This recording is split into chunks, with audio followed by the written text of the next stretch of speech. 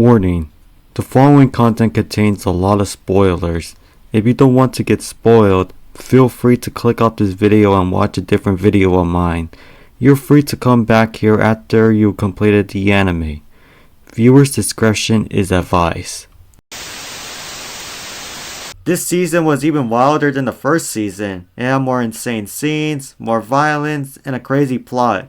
But before I get to reviewing, I will skip some parts I have already covered in my Season 1 review. So if you want to hear the introduction and the other things I've already gone through, watch my Season 1 review video and come back here when you're ready. I'll be linking it in the description below. Without further ado, let's get right to reviewing. The story starts with a killing spree happening in Roanapur. It was intentionally unknown who was causing it, but after two of Balalaika's subordinates were killed, it turned out to be a duo of assassins. The duo of assassins are two twin children, so a large bounty is placed on them. Later on, Balalaika asks Rock for information on the twins, and Rock determines that the twins are Romanian. This is where the plot right away gets dark. Balalaika gets a hold of 18+ films and films depicting actual murder, and she finds the twins in one of the films. In the film, the twins are called Hansel and Gretel, and it turns out that a lot of orphans from a communist politician named Nicolae Ceausescu's regime were sold on the black market and forced to be in what I'm calling cheese pizza films. After all that explaining, there's a mission to kill the twins. Later on in the anime, Hansel finds Balalaika alone in the park. When Hansel tried to make a move on Balalaika, he was sniped by Balalaika's men, and it kills him. While for Gretel, after the Black Lagoon reaches the getaway point, she gets shot in the head by a hired gun from Hotel Moscow. And this is the end of the twins. Now, we're introduced to a money counterfeiter named Jane, and Jane is working for a Florida crime syndicate, but she hates it. So one day, after getting mad at her bosses, she ditches them and makes a run for it to get away from them. And Jane is now being targeted by bounty hunters. While on the run, Rock, Revy, and a nun from a ripoff church named Eda save Jane and head to the Lagoon Company's dock. After they arrive at the dock, the Black Lagoon wasn't there. Turns out, Dutch and Benny took it for a job they were hired to do, so Rock, Revy, Eda, and Jane all had to wait for them to return. While waiting, the group of bounty hunters followed them to the Lagoon Company's dock and tried to assassinate Jane, but thankfully after all that, they failed to kill Jane and the Black Lagoon returns. After the Black Lagoon returns, Rock, Revy, Eda, and Jane go on the vehicle. However, a few bounty hunters join them as well to assassinate Jane, but they all fail and are defeated. In the course of Jane's mission, Benny goes to his device and accesses Jane's counterfeiting files after hacking into it. And Jane is then happy about it as she kisses Benny in return. Why are we still here? Just to suffer?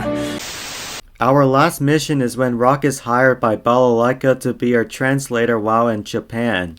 The main goal of this is that Balalaika is negotiating with a Yakuza group named the Washimine Group, and they both agree to take down another Yakuza group called the Kosa Council. While Rock and Revy are exploring Japan, they encounter two people, a festival vendor named Genji and a high schooler named Yukio. Yukio is a high school student who is actually part of the Washimine group, mainly because her father was a former head of the group. So let me fast forward a bit. One day, when Yukio returns home, a guy named Chaka is inside her home with a group of his men. They entered her home without permission because they decided they wanted to kidnap her. So they kidnapped her and took her to a bowling alley. So both Rock and Revy team up with Genji to rescue Yukio, and both Revy and Genji kill Chaka and his men. But this is where the plot gets crazy. Yukio gets upset at Rock for saving her, so she reveals to him that she is his enemy, and because of that, Yukio doesn't want to see Rock ever again, so they go their own ways. So later on in the anime, Rock joins Balalaika to talk with the Kosa Council, which Rock tells Balalaika to destroy the Washimine group so Yukio can have a normal life. Balalaika then kills the leader of the Kosa Council and tells Rock that Hotel Moscow's attack on the Washimina group will come to an end. So when Rock flees with Revi on a motorcycle, Yukio and Genji hits their motorcycle with a van and kidnap Rock. Revi then steals a truck and forces both Yukio and Genji to stop the van. After both of them stop their vehicle, Revi and Genji start a battle together. During the fight, Yukio admits that she wishes she could continue living a normal life, which made Genji pause and Revi fatally shoots him, and it kills him.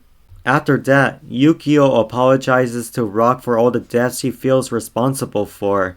Then she grabs Genji's katana and stabs herself in the throat, ending her own life.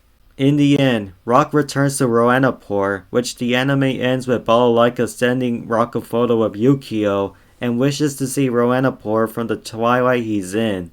This plot was even wilder than the first season. Let's move on to the animation.